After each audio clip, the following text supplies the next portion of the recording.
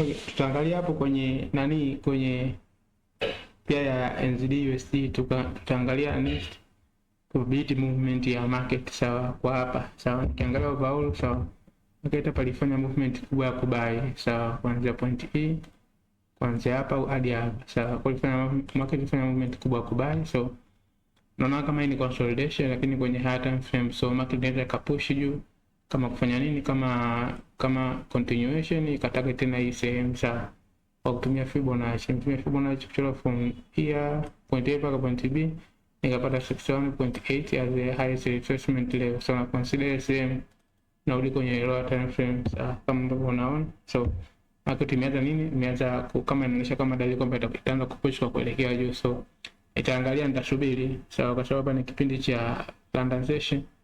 So nitasubiri, sawa, hapa ni London, nitasubiri New York session itakapofunguka, na then nitaangalia kama nitapata confirmation kama market inaanza kupush kwa kuelekea juu. So nitatake buy entry na nitatarget zone ya huko juu kabisa, kama market inaweza kupush mpaka huko juu, lakini pia chote inaweza katokea pia market inaweza kupush zaidi kuelekea chini. So kwa sababu alifanya break zone hapa sawa, so break zone kama retracement, ndio itafanya nini, itafanya continuation kuja kutest na zone hapa juu.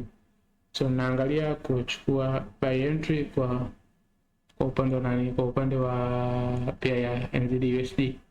Pia kila entry inabidi confirm, so tutaangalia market inafanya kitu gani ili tuingie za uchukue entry ya kubuy au endelee kusell.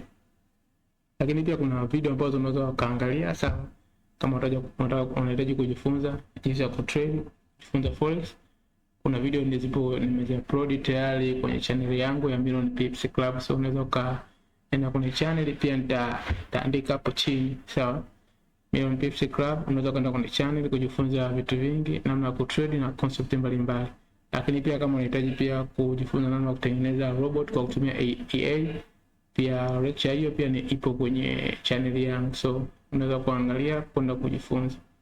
So pia kama ni video ni useful kwako, so ningeomba like yako, comment, lakini pia ufollow channel kwa tip kama hizi. Lakini pia kwa mara nyingine niki-upload setup au niki-upload uchambuzi wa soko, unapata notification na unaona soko kwa namna moja nyingine inaweza kuelekea upande gani.